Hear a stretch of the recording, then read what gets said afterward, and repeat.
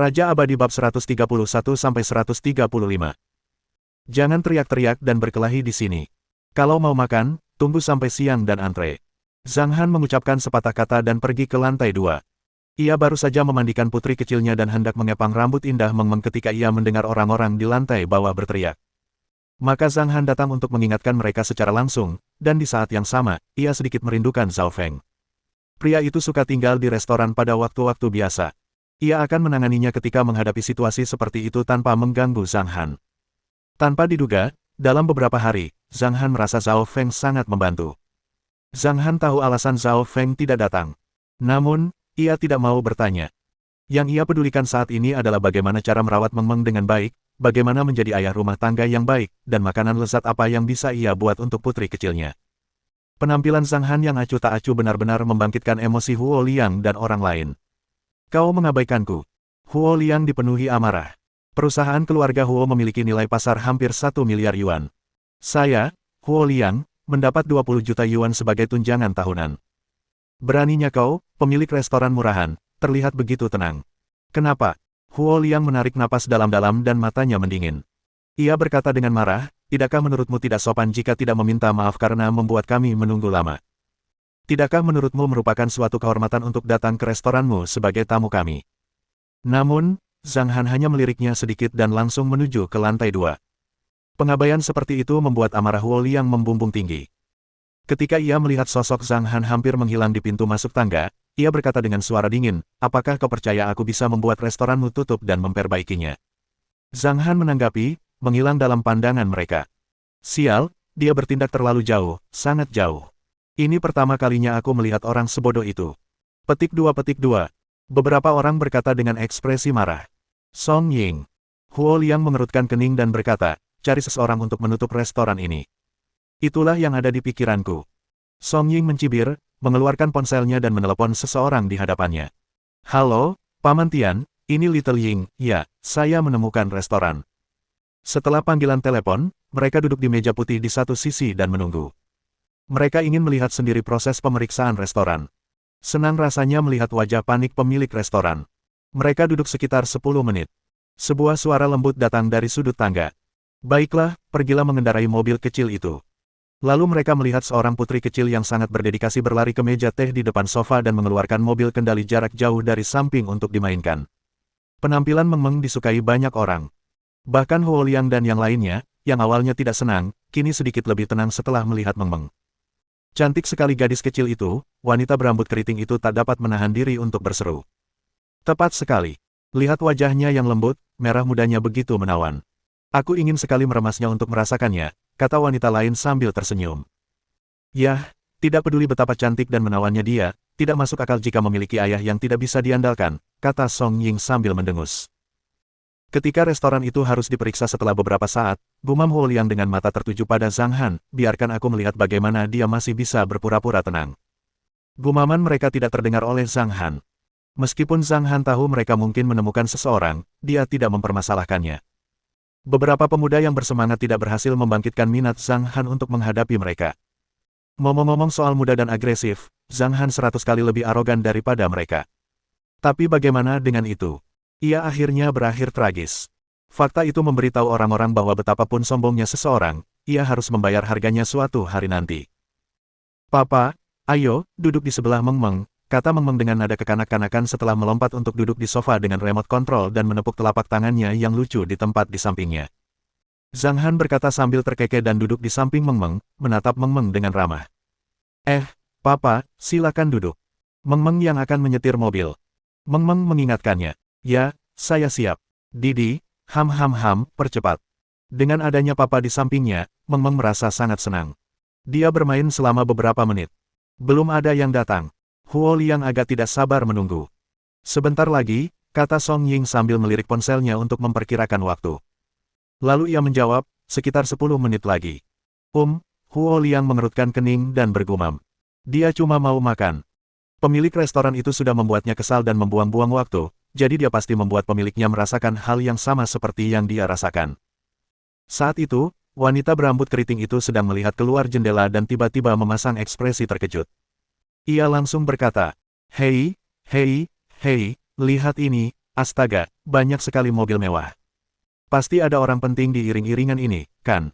Begitu dia mengatakan hal ini, orang-orang, termasuk Huo Liang, menoleh dan sedikit mengubah wajah mereka.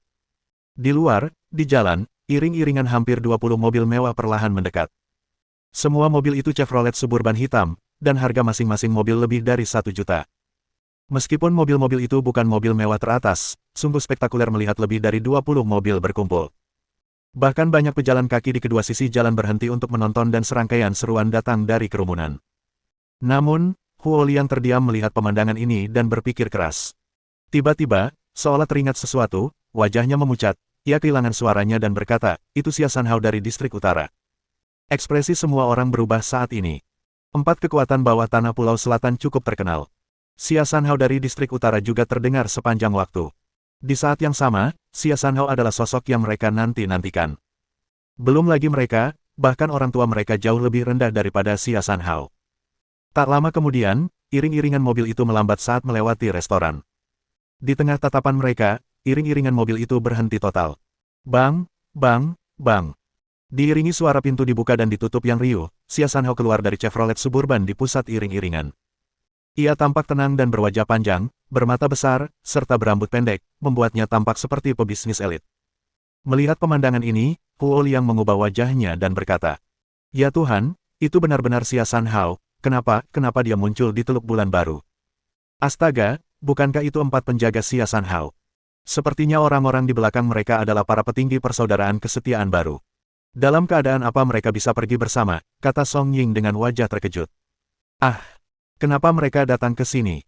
Ah, mereka benar-benar datang. Mereka datang ke restoran ini. Sial, Xia Sanhao tiba-tiba datang, bagaimana mungkin?" Petik 2. Terlepas dari Zhang Han dan Meng Meng, yang sedang memainkan mobil kendali jarak jauh di belakang mereka, kerumunan mulai berseru. Seruan-seruan ini membuat Zhang Han menoleh ke sana. Zhang Han tahu apa yang Xia Sanhao cari ketika melihatnya datang ke restoran. Namun, ketika Zhang Han mengalihkan pandangannya dengan acuh tak acuh ke arah Meng Meng, terlihat jelas bahwa ia tidak tertarik dengan apa yang orang-orang itu cari. Di mata orang banyak, Xia Sanhao memimpin dan lebih dari 40 orang berbaris menuju restoran. Awalnya, hal itu membuat banyak pejalan kaki takut. Lihat postur mereka, jelas mereka orang-orang gaduh. Orang-orang mengira mereka akan menyerang restoran.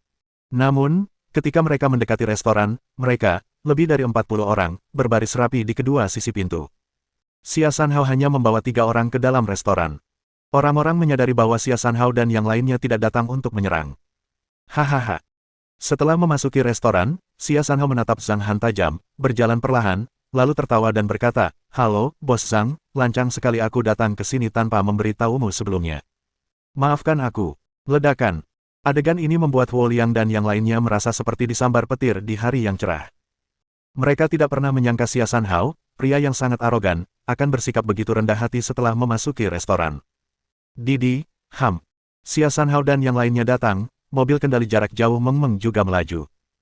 Ketika putri kecil itu melihat mobil itu akan menabrak kaki orang di depannya, ia teringat kejadian menyedihkan yang terjadi di mobil itu terakhir kali. Wajahnya sedikit berubah dan tubuhnya terhimpit dalam pelukan Zhang Han dengan sedikit ketakutan. Bang! Terdengar suara pelan dan mobil kendali jarak jauh itu akhirnya menabrak sepatu kulit Xia Sanhao. "Aduh," kata Meng Meng kaget. Matanya yang besar dan jernih dipenuhi ketakutan dan kekhawatiran. Ia berkata dengan takut-takut, "Maaf, Meng Meng tidak sengaja. Bisakah kau tidak menginjak-injak mobilku?" Ekspresi Zhang Han membeku saat melihat tatapannya yang memelas. Ia tak bisa menahan diri untuk menggertakkan giginya, karena ia tak menyangka adegan Scorpion menginjak-injak mobil remote control itu akan menimbulkan sedikit bayangan di hati Meng Meng. "Aku seharusnya membunuhnya." Suasana hati Zhang Han tiba-tiba memburuk. Ia menatap Xia Sanhao, tatapan acuh tak acuh dan sedikit jijik di matanya benar-benar membuat Xia Sanhao takut.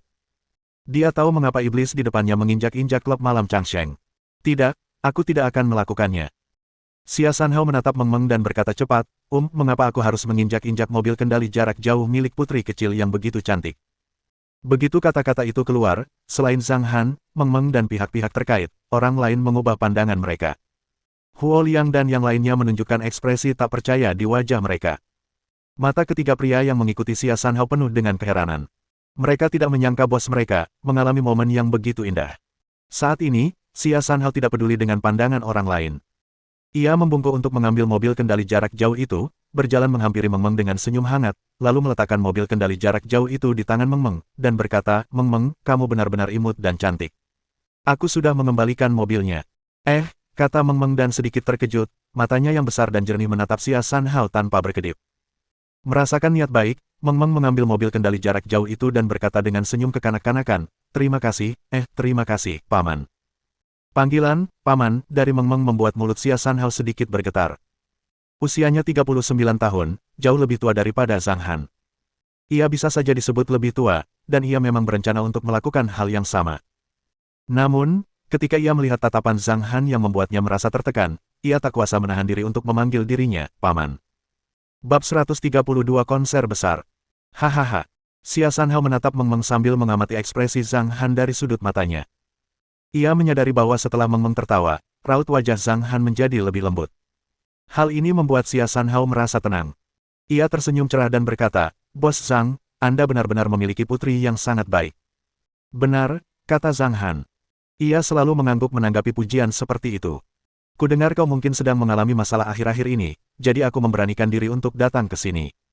Di satu sisi, aku datang untuk mengunjungimu. Di sisi lain, aku datang untuk menanyakan apakah kau punya ide untuk bekerja sama denganku. Kurasa kau sudah tahu situasinya sekarang.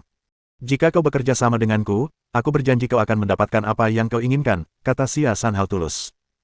Kata-kata itu membuat Huo Liang dan orang lain di satu sisi ketakutan. Mereka saling memandang dan melihat keterkejutan di mata masing-masing. Tadi mereka bilang restoran itu peringkatnya rendah, tanpa nilai apapun. Tadi mereka bilang akan coba kalau makanan di sini bisa bikin mereka serasa masuk surga. Tadi mereka bilang akan tutup restorannya dan perbaiki. Sekarang, mereka menyadari bahwa orang yang bisa membuat Xia Sanhao datang ke sini secara pribadi dan dengan tulus mengundang bukanlah orang biasa. Restoran ini tidak punya kelas. Bahkan Xia Sanhao harus berdiri dan berbicara sepanjang waktu. Meski mereka belum mencicipi makanan itu, mereka sudah ketakutan setengah mati. Terutama Song Ying, raut wajahnya berubah paling cepat dan keringat dingin mengucur deras.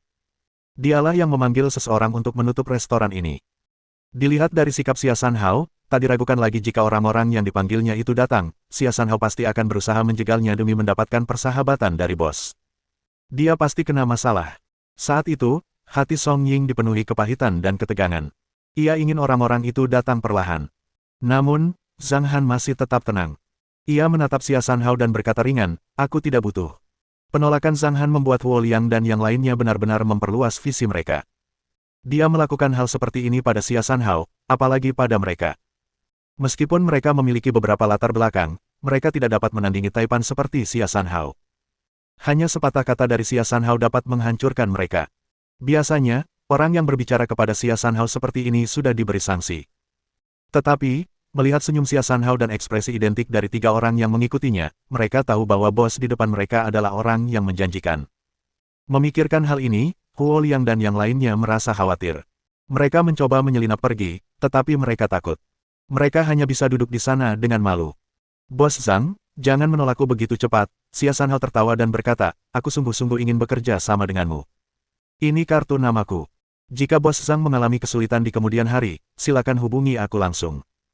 Saat mengobrol, Xia Sanhao mengeluarkan kartu nama dari sakunya dan meletakkannya dengan lembut di atas meja teh. Lalu ia mengangguk dan berkata, kalau begitu, aku tidak akan mengganggumu. Oke, kata Zhang Han sambil mengangguk ringan. Xia Sanhao menatap Zhang Han dalam-dalam, lalu melambaikan tangan ke Meng Meng dan berkata, Meng Meng yang cantik, sampai jumpa lagi. Setelah itu, Xia Sanhao membawa orang-orangnya pergi. Huo Liang dan yang lainnya merasa lega melihat situasi ini. Mereka saling memandang dan tahu bahwa mereka harus mengakui kesalahan mereka kepada pemilik restoran. Terlebih lagi, hal yang paling mendesak adalah menjauhkan orang-orang yang telah dipanggil. Namun, ketika Song Ying baru saja mengeluarkan ponselnya, sesuatu terjadi. Hei, lihat, ada orang datang lagi. Astaga, banyak sekali yang datang kali ini. Wanita berambut keriting itu melihat keluar jendela dan berkata, matanya melotot ke sekeliling. Kerumunan itu menoleh dan melihat iring-iringan kendaraan yang terdiri atas hampir 40 kendaraan datang. Sekitar 20 di antaranya merupakan Mercedes-Benz, sementara 20 lainnya merupakan mobil sport Ferrari. Banyak sekali mobil sport, bukankah itu Ye Han dari timur, kata Huo Liang sambil menatap. Yang satunya lagi Dong Tianpeng dari barat. Sial. Kenapa dua petinggi ini datang, kata Song Ying sambil menarik napas lega melihat situasi itu. Ini, mereka datang ke sini, kata wanita berambut keriting itu dengan mulut terbuka dan tampak lesu. Adegan ini membuat orang-orang ketakutan. Mereka tidak menyangka ketiga petinggi ini akan datang langsung ke restoran ini. Ye Han, aku tidak menyangka kau, seorang pertapa yang tidak peduli pada dunia, datang ke sini secara langsung. Dong Tianpeng, yang berusia 40-an, berkata sambil tersenyum. Ia dan Ye Han berjalan menuju pintu restoran bersamaan. Aku juga tidak menyangka kakak laki-lakiku, Tuan Dong, akan datang sendiri.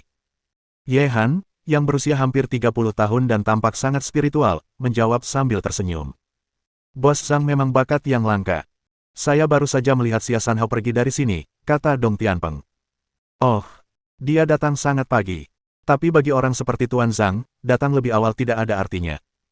Ayo, Tuan Dong, Anda duluan, kata Ye Han sambil mengulurkan tangannya ke Dong Tianpeng. Ayo pergi bersama. Dong Tianpeng berkata dan memasuki restoran bersama Ye Han pada saat yang sama. Adegan yang sama terulang kembali. Dong Tianpeng, seperti Xia Sanhao, memberikan undangan yang tulus dan meninggalkan kartu nama sebelum akhirnya pergi. Namun, Ye Han terlebih dahulu mengobrol dengan Meng Meng sambil tersenyum. Senyumnya yang lembut membuat Meng Meng bermain-main dengannya. Akhirnya, Ye Han mengutarakan tujuannya dengan halus, memberitahu Zhang Han bahwa ia hanya ingin berteman. Bisa dibilang metodenya lebih terampil. Ia menilai situasi, dan diam-diam mendekati Zhang Han. Namun, Zhang Han tidak tertarik pada mereka. Ketika Ye Han menyadari bahwa Zhang Han tidak ingin mengobrol, ia memberinya kartu nama dan pergi sambil tersenyum. Setelah mereka pergi, Huo Liang dan yang lainnya ketakutan dan tubuh mereka menjadi lunak. Ayo, ayo pergi juga, Song Ying buru-buru membuka mulutnya dan berkata. Ya, ayo, ayo, ayo, ayo, kata Huo Liang. Ia tak ingin berlama-lama di sini. Dalam waktu kurang dari 15 menit di restoran ini, harga dirinya hancur. Mereka tidak menyadari betapa lemahnya mereka sebelum membandingkan diri dengan yang lain. Ini bukan restoran biasa. Ini restoran iblis. Saat mereka hendak berdiri bersama, tiga pria berpakaian jas masuk. Pemimpin orang-orang ini melirik Song Ying dan berteriak, siapa pemilik restoran ini? Kami menerima laporan bahwa higiene makanan di restoran ini tidak memenuhi syarat. Koki restoran tidak memiliki sertifikat kesehatan. Harga restoran sangat tinggi, menyebabkan orang-orang. Ah! Song Ying langsung ketakutan, jantungnya berdebar kencang. Ia berlari untuk menutup mulut si pembicara dengan satu tangan. Kemudian, ia menoleh ke Zhang Han, yang masih tenang, dan memasang senyum buruk, yang lebih parah daripada menangis. Dia berkata, salah paham, ini semua salah paham. Kurasa ketiga kakak laki-laki itu pasti datang ke tempat yang salah. Lalu dia menoleh ke arah orang-orang berjas itu dan berkata, kalian datang ke tempat yang salah. Restoran sebelahlah yang tidak memenuhi syarat. Restoran ini sangat mewah dan berkelas, bagaimana mungkin tidak memenuhi syarat? Ini benar-benar salah. Ayo kita ke sana dan lihat. Setelah itu, Song Ying dan Huo Liang menyeret ketiga orang itu keluar dari restoran. Zhang Han tertawa ringan dan menggelengkan kepalanya. Zhang Han tidak tertarik pada kekuatan bawah tanah maupun anak-anak orang kaya yang arogan. Ia juga tidak mau mendengarkan sanjungan mereka. Sekalipun orang-orang itu berebut bekerja untuknya, Zhang Han tetap tidak mau. Apalagi menyuruh Zhang Han bekerja untuk mereka. Lelucon yang konyol. Waktu menunjukkan pukul 18:30. Stadion Linhai, yang berkapasitas 80.000 orang, akan menggelar konser yang sangat populer. Namun, lebih dari 82.000 tiket telah terjual. 2.000 kursi tambahan ditambahkan setelah tiket terjual habis. Semua orang bisa merasakan popularitas konser ini, sehingga tidak berlebihan jika dikatakan sebagai konser yang luar biasa. Pada pukul 19.30, Sue Qian perlahan berjalan ke tengah panggung dengan pakaian pria modis, diiringi suara langkah kaki. Halo semuanya. Sue Qian berkata setelah menyapa, kalian pasti sudah mendengar lagu baruku beberapa hari yang lalu. Aku ingin berterima kasih kepada Tuan Hanyang atas dukungannya yang luar biasa di sini. Sekarang, aku akan mempersembahkan lagu pertamaku, Aktor. Penonton bertepuk tangan dan bersorak. Ada 80.000 orang, dan suara tepuk tangan yang kurang dari setengahnya saja sudah seperti guntur, apalagi sekarang mereka semua bertepuk tangan. Tak lama kemudian, alunan piano rendah berbunyi, lalu Sue Qian mulai bernyanyi dengan tenang. Sederhananya, mari kita bicara dengan sederhana. Abaikan saja suasana hatimu yang temperamental. Kamu bukan aktris. Jangan mengarang cerita-cerita itu. Begitu lagu itu dinyanyikan, lapangan langsung hening. Meskipun banyak orang bersenandung mengikuti lagu itu, suara mereka teredam oleh peralatan berkualitas super tinggi. Setelah satu lagu berakhir, Sue Qian menyanyikan sebuah lagu lama. Lalu ia berkata dengan lantang. Lagu berikutnya, Apa yang ingin kamu dengar? Ceritakan dengan lantang. Saat kata-katanya terucap, semua penggemar menjadi heboh, meneriakkan berbagai hal. Namun, lambat laun, suara yang disumbangkan puluhan orang itu berubah menjadi deras. Ambigu, ambigu. Baiklah, ambigu untukmu sayang. Saat iringan itu berbunyi, Suekian mulai bernyanyi dengan cinta yang mendalam. Sekarang hubungan kita memang ambigu, jadi kamu tidak perlu malu untuk mencari pasangan. Orang-orang yang sudah membayar antre untuk berdiskusi tentang pengalaman. Lagu-lagu indah memukau banyak orang. Saat itu, lebih dari 80.000 orang terlibat dalam pesta lagu tersebut. Mendengarkan konser langsung sungguh merupakan pengalaman yang berbeda. Setelah lagu itu selesai, penggemar berteriak meminta lagu baru lainnya. Tiro, Tiro. Suekian tersenyum dan menggelengkan kepalanya dengan sungguh-sungguh. Tidak, tidak Tiro, adalah lagu penutup konser. Sekarang, mari kita sambut tamu-tamu misterius untuk bernyanyi bersamaku. Semua orang bertepuk tangan dan menyambut. Saat kata-katanya jatuh, penyanyi terkenal Li Fengji perlahan keluar. Saat ia muncul, tepuk tangan dan teriakan bergema. Setelah ia dan Suekian menyanyikan dua lagu bersama, Suekian kembali ke belakang panggung untuk berganti pakaian dan beristirahat. Dua penyanyi kelas 2 lainnya yang kurang populer datang ke acara tamu. Mereka masing-masing menyanyikan satu lagu. Kemudian Suekian naik ke panggung lagi dan menyanyikan beberapa lagu. Akhirnya, lagu terakhir, Tiro, dimulai. Seperti ombak yang menghantam bukit. Berapa lama kau bisa bertahan?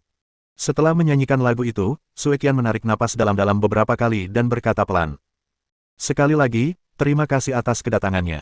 Sekali lagi, terima kasih kepada Pak Hanyang atas dukungannya. Ada satu hal lagi yang ingin saya sampaikan, dan ini kabar baik bagi dunia tarik suara. Harus saya akui, Pak Hanyang, penulis lagu untuk 3 lagu baru saya, sungguh salah satu penulis lagu paling berbakat yang pernah saya lihat. Ketiga lagu baru ini saya produksi dalam 2 hari di bawah pengawasan saya sendiri. Bab 133 Kesuraman Xian. Dia akan memberikan bantuan sosial. Bagi penyanyi yang ingin meminta lagu, silakan tinggalkan pesan di akun Weibo Tuan Hanyang, yang bernama Hanyang. Dengan begitu, Anda mungkin berkesempatan mendapatkan lagu-lagunya. Baiklah, ada hal penting yang ingin ku beritahukan padamu. Nah, konserku sudah berakhir. Terima kasih. Suekian melambaikan tangannya dan membungkuk kepada para penggemar yang memadati tempat itu, mengakhiri konser yang belum pernah terjadi sebelumnya. Malam itu, informasi yang disebarkan Suekian di konser menyebar. Ucapan Suekian setelah menyelesaikan lagu terakhirnya, Beginner, di konser itu juga diketahui banyak orang. Tentu saja, selain beberapa penggemar Suekian, beberapa musisi atau perusahaan media juga mendapatkan kabar tersebut. Saat ini, di Departemen Manajemen Royal Entertainment Company, Meiki mengadakan konferensi video yang tidak terjadwal. Apakah kamu sudah mendengar tentang Hanyang? Meiki langsung ke intinya. Dalam video tersebut, terdapat 5 orang lainnya, 4 pria dan 1 wanita. Semuanya adalah bawahan Meiki. Salah satu pria itu mengangguk dan berkata, saya mendengarnya dan saya pergi melihat Weibo-nya tadi, ternyata itu akun yang baru saja dibuat, bahkan bukan V besar. Saya juga melihatnya, jawab wanita berusia akhir 20-an itu. Hanya ada satu unggahan tentang musik. Entah pemiliknya pengguna baru Weibo atau akun anak perusahaan. Ngomong-ngomong, bisa dipastikan pemiliknya adalah Hanyang karena Suekian baru saja mengunggah pesan, dan dialah orang yang dimaksud. Kalaupun itu dia, kurasa kita tidak perlu terburu-buru. Mari kita lihat situasinya dulu. Kalau kita bertindak begitu saja ketika orang-orang mengatakan sesuatu dengan santai, itu hanya akan membuat Royal Entertainment Company malu, kata seorang pria parubaya dengan tenang. Yah, apa yang kamu katakan masuk akal. Sudah cukup asalkan kita bisa menyelesaikan masalah ini dengan jelas. Karena Hanyang sudah melakukan hal seperti ini, biarkan penyanyi papan atas di perusahaan kita mengunjungi akun Weibo ini dan meninggalkan pesan terlebih dahulu. Jika Hanyang masih bisa menulis lagu yang bagus, biarkan penyanyi papan atas memintanya lagu. Mari kita bermain sesuai rencana secara taktis. Ini bukan sesuatu yang bisa terburu-buru. Meiki mengangguk dengan tekad. Pemandangan seperti itu, tentu saja, tidak hanya terjadi di Royal Entertainment Company milik Meiki. Berbagai perusahaan media dari seluruh negeri juga mengadakan rapat interim karena berita ini. Lagi pula, dari segi kualitas, ketiga lagu tersebut sangat bagus. Karya yang bagus adalah karya yang bagus, terbukti dari antusiasme pasar. Sementara itu, keputusan mereka hampir sama dengan Meiki. Para penyanyi papan atas tentu saja memiliki nama merek mereka sendiri. Terlebih lagi, kemunculan akun Weibo Hanyang seperti upaya pemasaran di mata mereka. Jika para penyanyi papan atas dari perusahaan tersebut meninggalkan pesan di akun tersebut, itu adalah promosi gratis bagi pemilik akun. Dan siapapun penyanyi papan atas itu, menjadi yang pertama meninggalkan pesan akan membuat penyanyi itu sendiri terlihat agak murahan. Meskipun Hanyang telah menghasilkan 3 lagu baru yang sangat bagus, tampaknya bagi orang-orang bahwa memproduksi 3 lagu ini dalam 2 hari seperti yang dikatakan Sue Qian sama sekali tidak benar. Bagi perusahaan media dan hiburan besar ini, yang terkenal dan terkemuka sekalipun, mereka tentu enggan menjadi pelopor dalam hal ini. Dan menurut mereka, tidak ada gunanya melakukan sesuatu yang istimewa bagi seorang penulis lagu yang menulis 3 lagu, meskipun itu hal kecil seperti meninggalkan pesan.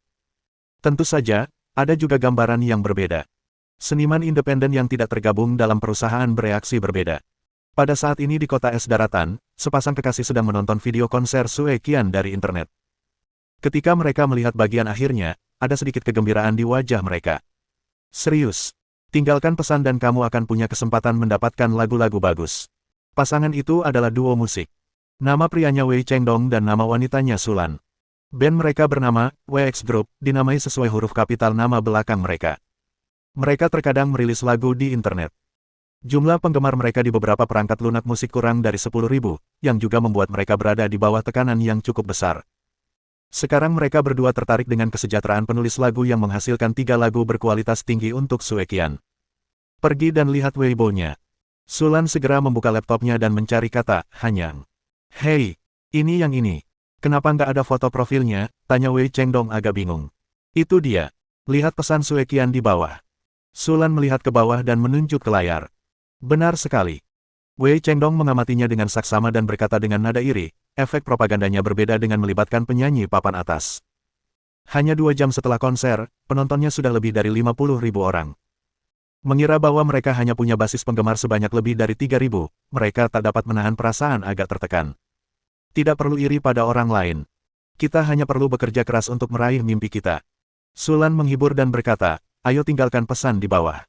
Haha, oke, Wei Chengdong menggelengkan kepalanya untuk menyegarkan pikirannya, lalu menambahkan, apa yang harus kita tulis? Tulislah seperti ini, Hanyang yang terkasih. Tidak, dengan lebih hormat dan serius. Wei Chengdong menggelengkan kepalanya berulang kali. Ia merasa tidak nyaman dengan pacarnya yang mengucapkan, sayang, kepada pria lain. Meh. Sulan tersenyum, memutar matanya ke arahnya, lalu berkata, kalau begitu sebut saja, terhormat. Boleh. Kemudian Sulan menulis sebuah kalimat di Weibo Hanyang, Bapak Hanyang yang terhormat, saya adalah anggota duo musik, WX Group, sebuah grup yang popularitasnya sangat rendah. Musik adalah impian kami. Kami menonton konser Sue Qian dan mendapat gambaran tentang apa yang Bapak katakan. Kami sangat berharap bisa mendapatkan lagu-lagu Bapak Hanyang. Namun, terlepas dari apakah lagu-lagunya tersedia atau tidak, kami mendoakan Bapak Hanyang agar karirnya lebih baik. Ketika pesan terkirim, Wei Chengdong dan Sulan saling memandang dan tersenyum. Padahal, mereka pikir peluang mereka untuk mendapatkan lagu itu sangat kecil, karena bagaimanapun juga, popularitas mereka rendah, dan mereka juga yakin bahwa langkah Tuan Hanyang adalah untuk membuat namanya dikenal. Tentu saja, ia perlu menemukan beberapa penyanyi papan atas dan bawah yang populer, jadi sangat kecil kemungkinan hal seperti itu akan menimpa mereka. Namun, selama masih ada secercah harapan, mereka akan mencoba. Perasaan ini seperti mencoba apakah mereka bisa menang lotre. Ada juga banyak kasus lain seperti itu. Orang-orang meninggalkan pesan dengan ide untuk mengambil risiko. Di sisi lain, ketika Ziyan kembali ke restoran, ada sedikit kelelahan di wajahnya, bukan hanya karena pekerjaannya, tetapi juga karena kinerja penjualan album yang buruk pada hari pertamanya, yang bahkan dapat digambarkan sebagai mengerikan. Meskipun pasar album relatif stagnan saat ini, terdapat pula standar acuan. Lebih dari 10.000 kopi pada hari pertama dianggap sebagai album biasa, dan lebih dari 50.000 kopi dapat dianggap sebagai pencapaian kecil. Lebih dari 100.000 kopi merupakan album berkualitas tinggi, dan hanya beberapa album penyanyi papan atas yang sangat populer yang dapat melampaui 200.000 kopi pada hari pertama perilisan album. Lalu tibalah saatnya. Penjualan harian album Ziyan hanya mencapai lebih dari 1.000 kopi. Meskipun baru 12 jam setelah dirilis, hasilnya masih bisa dibilang buruk. Ziyan sedikit kesal dan merasa lelah, baik fisik maupun mental. Karena enggan melakukan hal lain, ia pun tinggal dan tidur di restoran bersama Zhou Fei. Larut malam, setelah menidurkan Meng Meng, Ziyan berbaring di tempat tidur, merasa agak mengantuk. Zhou Fei di sisi lain juga tidak tidur, menonton video konser Sue Qian di ponsel pribadinya sambil sesekali memeriksa penjualan album Ziyan dan informasi lainnya di ponsel kantornya. Bagaimana penjualan albumnya? Tanya Ziyan lembut. Lebih dari 1.700. Zhou Fei melepas headphone-nya, menyesap mulutnya, dan menjawab dengan suara rendah. Oh, Ziyan menanggapi dengan nada kehilangan dalam suaranya. Saat pertama kali memasuki dunia hiburan, album pertamanya terjual lebih dari 30.000 kopi di hari pertama, tetapi kini belum mencapai 2.000.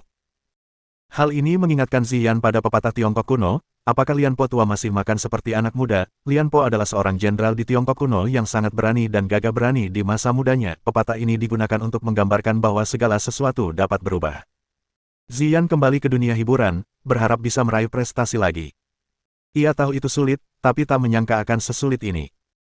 Awalnya dia mengira bahwa saat dia kembali ke Royal Entertainment Company, dia akan sangat berinvestasi di perusahaan itu, yang akan membuatnya memperoleh hasil 2 kali lipat dengan setengah usaha, tetapi sekarang tampaknya segala sesuatunya tidak seperti yang diharapkan.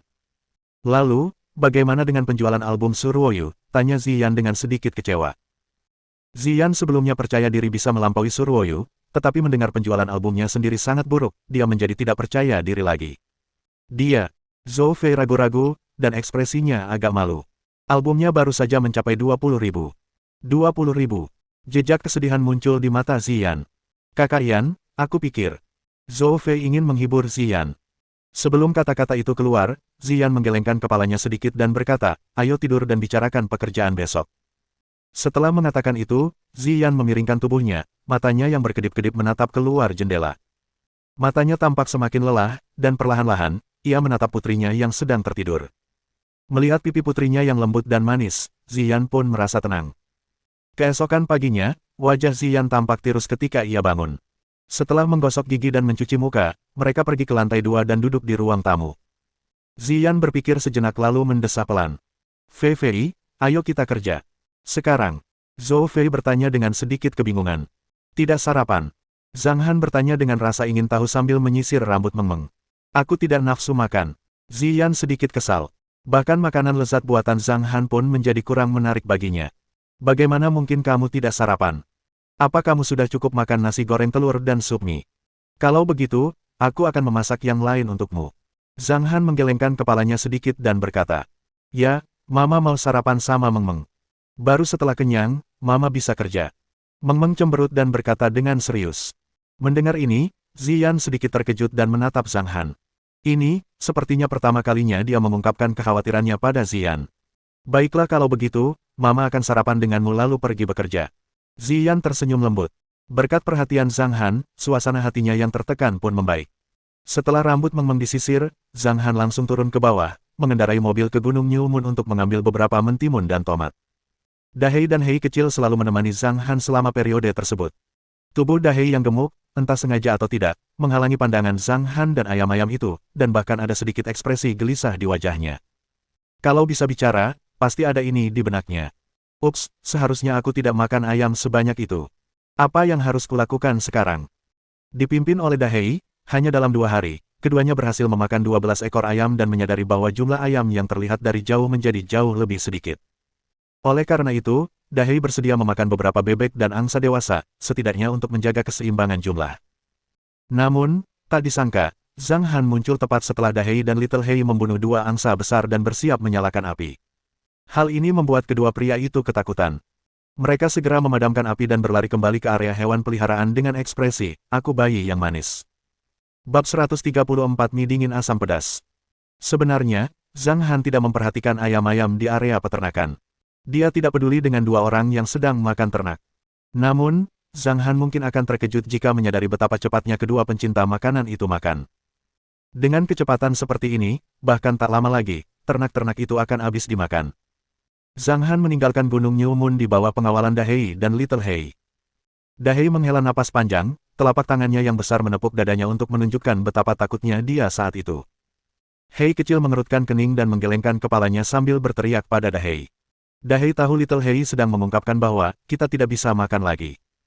Dahei memutar matanya beberapa kali, sambil melihat ke arah area peternakan. Wah, wah, wah.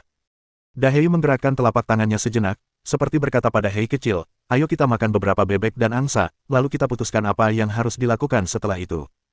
Si kecil Hei merenung lalu menganggukkan kepalanya. Oh. Dengan lambaian telapak tangannya yang besar, Dahei segera berlari ke hutan di balik gunung bersama Hei kecil. Mereka menikmati ayam kampung Gunung Bulan Baru di pagi hari. Sarapan mereka bahkan bisa dibilang lebih nikmat daripada sarapan di restoran. Zhang Han memetik beberapa mentimun dan tomat, bersiap membuat mie dingin, camilan tradisional, untuk Ziyan. Mie dingin adalah makanan khas Korea yang diwariskan turun-temurun dan dianggap sebagai salah satu hidangan terbaik. Soba merupakan bahan penting dalam mie dingin.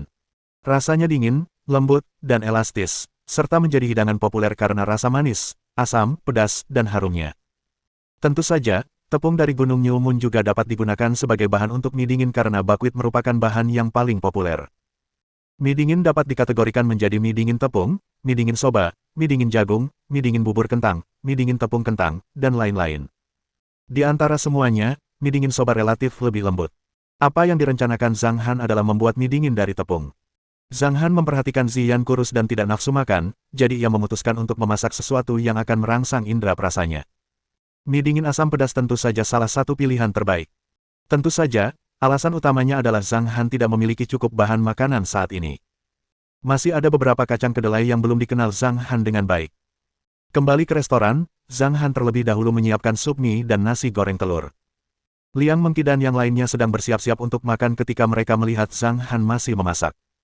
Semangkuk kecil mie matang setipis rambut dimasukkan ke dalam air. Melihat sup dan irisan mentimun serta tomat yang disiapkan Zhang Han, Liang Mengki tiba-tiba teringat sesuatu dan berkata, "Ah, bos, kamu mau bikin mie dingin?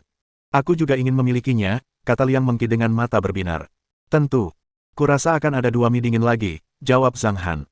"Kalau begitu aku juga mau 1 mangkuk," Yu Qingqing cepat-cepat menimpali. Mendengar kata-kata mereka, Zhao Dao dan Sun Dongheng menambahkan, "Kami juga ingin mencobanya." Mereka tidak akan melepaskan makanan baru di restoran itu. Bahkan nasi telur goreng dan sup mie, yang merupakan hidangan umum, sangat disambut, dan tidak ada keraguan tentang makanan lezat lainnya. Zhang Han menatap mereka dan akhirnya menganggukkan kepalanya. Setelah menyiapkan saus mie, Zhang Han memasukkan mie ke dalamnya, lalu menambahkan irisan mentimun, tomat, dan bahan pelengkap lainnya, lalu menaburkan biji wijen di atasnya.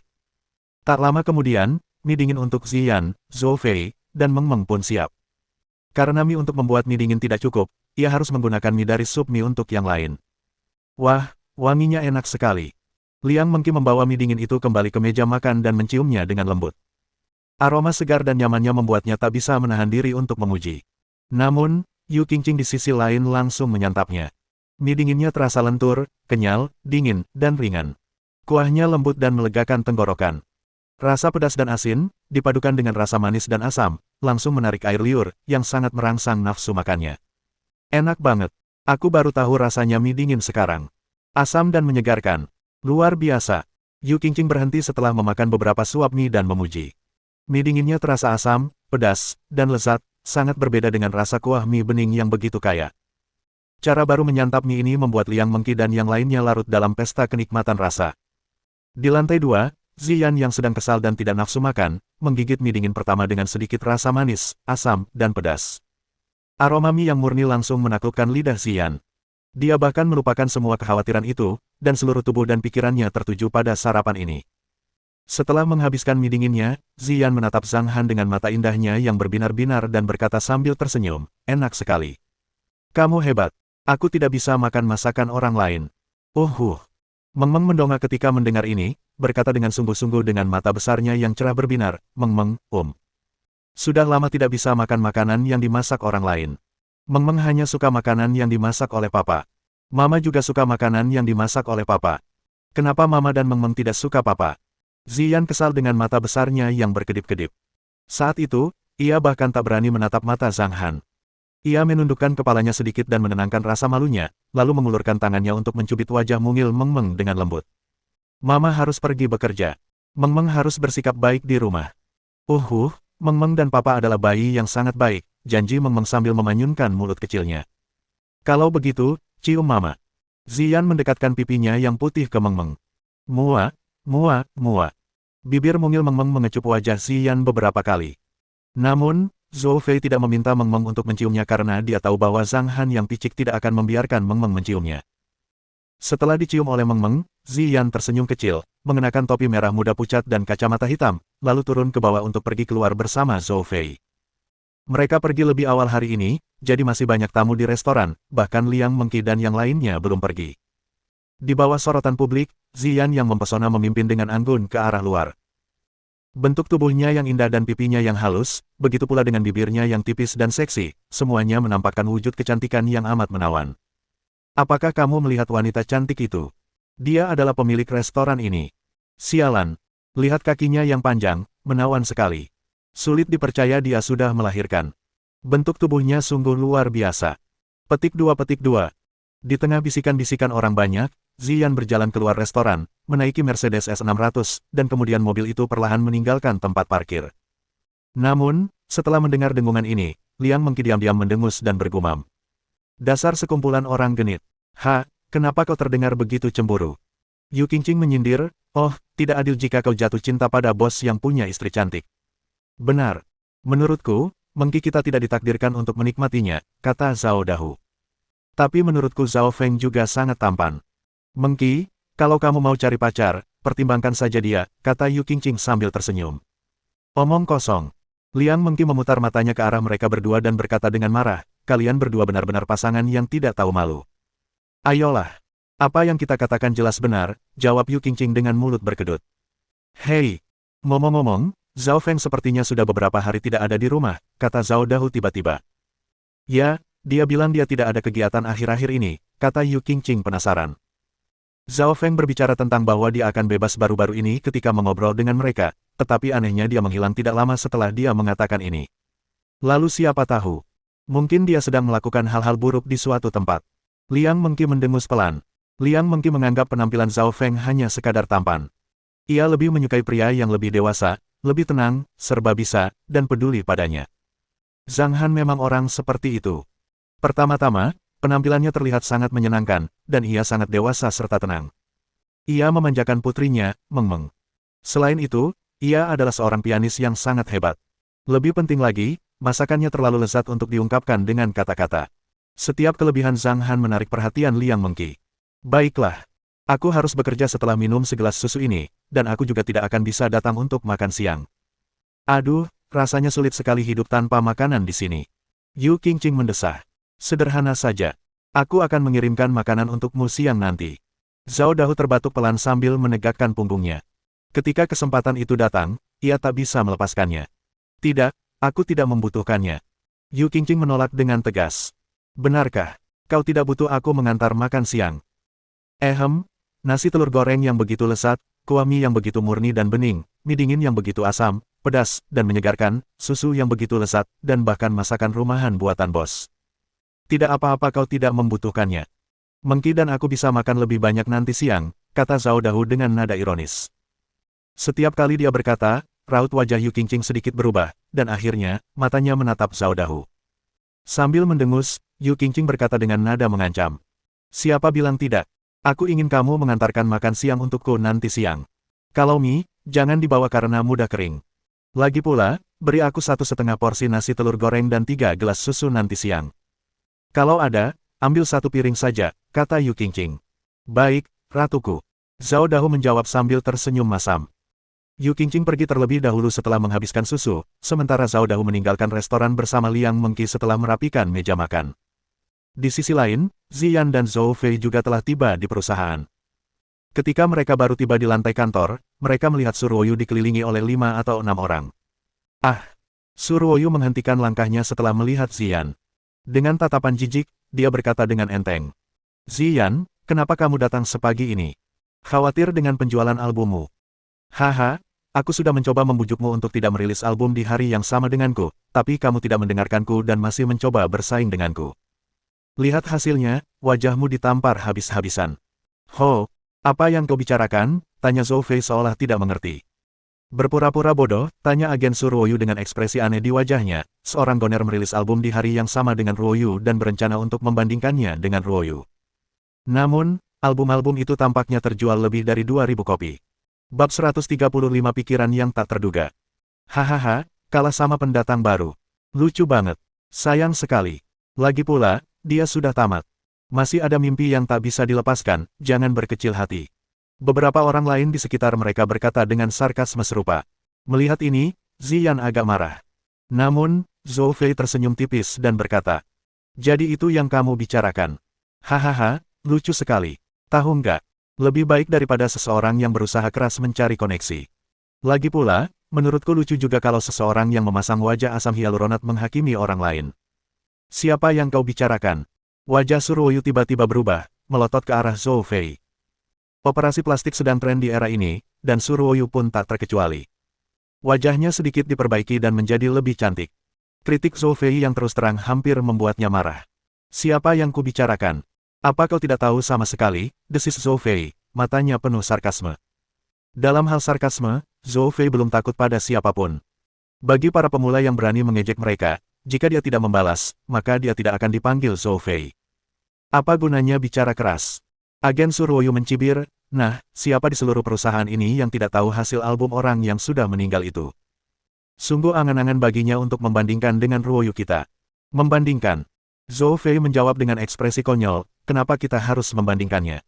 Sepertinya seseorang bahkan tidak punya kualifikasi untuk menjadi orang yang sudah mati.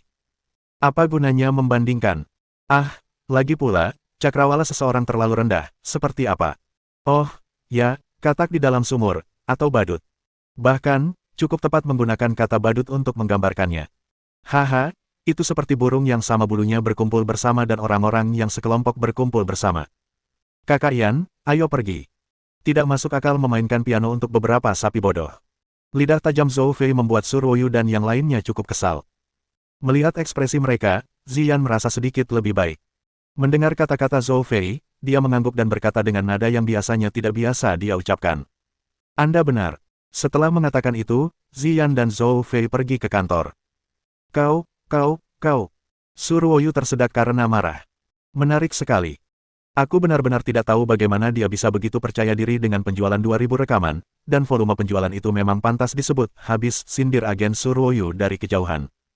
Kalimat ini juga membuat ekspresi Ziyan sedikit terhenti. Meskipun Zhou Fei sedikit lebih baik dalam pertarungan verbal tadi, faktanya penjualan Ziyan benar-benar buruk. Kembali ke kantor, Ziyan duduk di kursi kantor, menutup matanya, dan mendesah pelan. Kakak Yan, jangan marah pada orang-orang itu. Mereka pikir mereka siapa? Siapa yang tidak tahu kalau Suruoyu mendapatkan semua kekayaan ini dengan tidur bersama Li Cheng? Dia benar-benar lelucon, kata Zhou Fei dengan nada marah. Lupakan saja, jangan berdebat dengan mereka. Ziyan menarik napas dalam-dalam dan berkata kepada Zhou Fei dan dirinya sendiri. Kemudian ia membuka matanya, masih dengan pandangan redup. Dia bukan tipe orang yang suka bertengkar dengan orang lain. Dia tumbuh di lingkungan yang sederhana. Keluarganya kaya dan berkuasa. Namun karena itu, Ziyan dicegah oleh keluarganya untuk menjadi bintang sejak awal. Ziyan adalah gadis tercantik di keluarganya. Bagaimana mungkin dia bisa menjadi bintang? Namun, inilah impian Ziyan. Meskipun mereka berkecil hati, ia datang ke Hong Kong untuk bergabung dengan dunia hiburan dan bahkan sempat berselisih dengan keluarganya. Meskipun begitu, orang tuanya tetap peduli padanya, tetapi mereka tidak bisa terlalu banyak membantu karena terlalu banyak aturan keluarga. Akhirnya, di tahun keempat, Ziyan menjadi bintang pop, dan sikap keluarganya terhadapnya sedikit mereda. Lagi pula, keluarga besar mengutamakan karir, dan ayahnya hanyalah seorang eksekutif senior, bukan pemimpin, jadi suaranya tidak terlalu berpengaruh. Namun siapa sangka dia kemudian bertemu Zhang Han. Saat ini, Ziyan ingin membuktikan dirinya lagi, tetapi ia tidak menyangka akan menghadapi situasi seburuk itu. Awalnya, ia berharap albumnya akan menembus 10.000 kopi di hari pertama, tetapi hasilnya hanya 1/5 dari harapannya. Di tengah meditasi Ziyan, telepon di meja kantornya berdering. Setelah mengangkat telepon, Ziyan memberikan jawaban positif, berdiri dan berkata, Kakak Mei memintaku untuk pergi ke sana. Oh, kalau begitu aku akan menemanimu ke sana. Penyihir tua itu mungkin akan mempermalukanmu, kata Zhou Fei cemas. Tidak, aku bisa pergi sendiri. Ziyan menggelengkan kepalanya sedikit dan pergi ke kantor Meiki sendirian. Saat itu, Meiki masih memproses berkas di komputer. Ketika melihat Ziyan, ia berkata dengan santai, duduklah dan tunggu sebentar sampai aku menyelesaikan berkasnya. Ziyan duduk dan menunggu dalam diam selama hampir 20 menit. Ziyan merasa sedikit terkejut karena Meiki tidak pernah memintanya untuk menunggu saat ia masih terkenal. Saat itu, ia dan Meiki juga berteman baik. Alasan ia memilih Royal Entertainment Company setelah kembali dari luar negeri juga sebagian karena Meiki, tetapi sekarang semuanya telah berubah dan semuanya berbeda dari sebelumnya. Ziyan. Akhirnya, Meiki menyelesaikan dokumennya. Ia menatap Ziyan, tersenyum, dan berkata, kamu tahu tentang penjualan hari pertama album barumu. Bagaimana perasaanmu? Meiki bersandar di kursi, bertanya dengan nada santai dan santai. Ziyan ragu-ragu sejenak dan berkata perlahan, aku terlalu tidak sabar kali ini. Lagu-lagunya harus dipersiapkan dengan baik. Memang harus dipersiapkan dengan baik, tetapi yang terpenting adalah mereka harus punya lagu-lagu bagus yang bisa dipilih. Tentu saja, Meiki tahu ini. Ia menatap Ziyan, lalu mendesah pelan setelah beberapa saat dan berkata, "Ziyan, jangan salahkan aku. Aku juga ingin membantumu, dan aku juga pernah berpikir untuk meminta beberapa lagu untukmu seperti sebelumnya, tetapi sekarang akulah sutradaranya. Semakin tinggi jabatanmu, semakin banyak pula kekhawatiranku. Karena itu, kau tidak perlu terlalu khawatir. Aku akan memperjuangkan apa yang pantas kau dapatkan di masa depan." "Terima kasih, Kakak Mei." Ziyan mengangguk sedikit. "Sama-sama." Meiki tersenyum dan berkata dengan sungguh-sungguh, "Ziyan, lingkaran hiburan berbeda dari masa lalu. Jika kamu ingin melangkah lebih jauh di jalan ini, koneksimu sangat penting. Kakak Mei berpikir kamu bisa mencoba berbicara dengan Tuan Li." "Tentu saja, aku tidak sedang membicarakan koneksi seperti itu. Bertemanlah. Singkatnya, satu teman lagi berarti satu jalan lagi." Meskipun ada banyak rumor tentang Tuan Li di perusahaan, dan dia telah menjalin beberapa hubungan dengan beberapa orang, semuanya atas kemauannya sendiri. Dia sebenarnya tidak punya pikiran buruk. "Aku tahu, Kakak Mei." "Baiklah, senang mengetahuinya. Jangan marah. Ini hanya percobaan. Penting juga bagi orang-orang untuk tahu bahwa Anda telah kembali. Nanti saya akan mengatur 2 program untuk publikasi. Nanti saya akan memberitahu Zhou Fei detailnya," kata Meiki sambil tersenyum. "Terima kasih. Baiklah kalau begitu." Meiki mengangguk dan memberi Ziyan senyum penyemangat. Ziyan berdiri dan berjalan keluar. Ketika ia membuka pintu dan berjalan beberapa langkah, Li Cheng muncul dari sisi yang berlawanan. "Hei, Ziyan." Li Cheng menyipitkan mata dan melanjutkan, wajahnya menunjukkan kekhawatiran. Ia berkata, "Aku sudah dengar tentang albumnya. Ziyan, jangan khawatir. Ini bagus untuk merilis berita comebackmu. Ada 2 film baru yang perlu memilih aktor dalam 2 bulan. Aku akan coba carikan aktris untukmu nanti." "Terima kasih, Tuan Li. Ada beberapa pekerjaan yang harus saya selesaikan. Sampai jumpa." Ziyan mengangguk kecil dan langsung pergi. Li Cheng menatap punggung Ziyan, sudut mulutnya memperlihatkan senyum penuh arti. Dia mendorong pintu dan langsung masuk ke kantor Meiki, duduk santai di sofa dan bertanya, "Bagaimana programnya?" "Aku sudah menyiapkan 2 program untuk Ziyan. Program-program itu pasti berhasil. 2 program ini cukup untuk menghancurkan harga dirinya."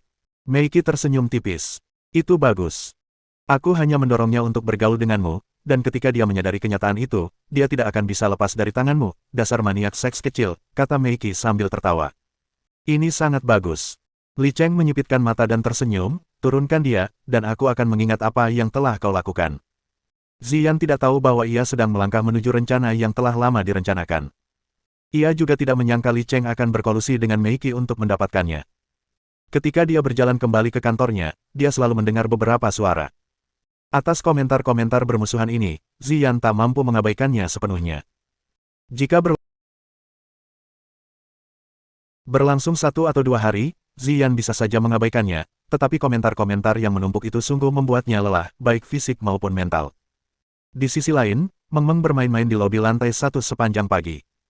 Ia bermain boneka sebentar, lalu mobil-mobilan dan mainan remote control sebentar lagi. Ia begitu fokus sehingga Zhang Han bahkan tidak perlu menemaninya. Jadi Zhang Han pergi ke konter, menyalakan laptopnya dan masuk ke akun Weibo yang baru didaftarkannya. Melihatnya saja sudah cukup untuk mengejutkannya. Hanya 2 hari setelah pendaftarannya, akun tanpa foto profil ini telah menarik lebih dari 100.000 penggemar. Tentu saja, Sue Qian adalah alasan terbesarnya.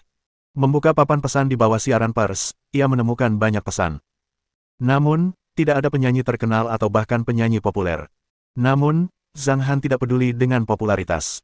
Yang ia pedulikan adalah lagu-lagu yang dirilis pada abad lalu yang ia sukai. Jadi Zhang Han dengan santai meninjau pesan-pesan itu. Setelah mengamati sejenak, Zhang Han mendapati banyak orang yang meninggalkan pesan tidak dikenalnya, tetapi perkataan mereka sopan. "Halo, Tuan Han Yang, saya penyanyi XX. Setelah mendengarkan karya Tuan Han yang luar biasa, saya merasa karya tersebut sangat hebat. Oleh karena itu, saya ingin meminta karya musik dari Tuan Han dan semoga saya bisa mendapatkannya." Kebanyakan dari mereka sopan, tapi tentu saja, ada juga beberapa yang tidak konvensional. Tidak jelas apakah mereka penyanyi atau bukan. Mereka biasanya berkata seperti ini. "Halo, Saudara Han Yang, saya penyanyi Da Chaozi. Bisakah Anda membuatkan lagu untuk saya, sobat? Saya tunggu kabar dari Anda, Mua. Kakak Han Yang, aku sangat suka lagu-lagumu. Bisakah kau memberiku sebuah lagu? Aku cantik, manis, dan seksi. Aku bisa mengirimkan foto-foto pribadiku asalkan kau mengirimkan sebuah lagu. Aduh, aku malu sekali. Zhang Han ragu apakah ini laki-laki atau perempuan. Hanyang, berikan aku sebuah lagu dan aku akan membuatmu terkenal di seluruh dunia. Zhang Han tidak tahu dari mana datangnya semua monster ini. Ia hanya tersenyum tipis ketika melihat pesan-pesan yang tidak penting itu. Orang-orang hanya sedang asyik berselancar di internet. Terkadang balasan seperti ini bisa membuat orang tertawa, dan itulah yang disebut komentar luar biasa. Zhang Han mengira sebagian besar balasan yang dilihatnya terutama ditujukan untuk hiburan. Mohon dukungan dari omom ante-ante sekalian, buat subscribe atau sharekan novel Mimin ke Facebook kalian, agar channel Mimin bisa terus berkembang. Dengan begitu, Mimin bisa lebih semangat untuk up novel seru lain ke depannya. Sekiranya ada kebutuhan buat subback, silakan inbox Mimin atau tuliskan di kolom komentar, Mimin dulukan dengan ucapan terima kasih.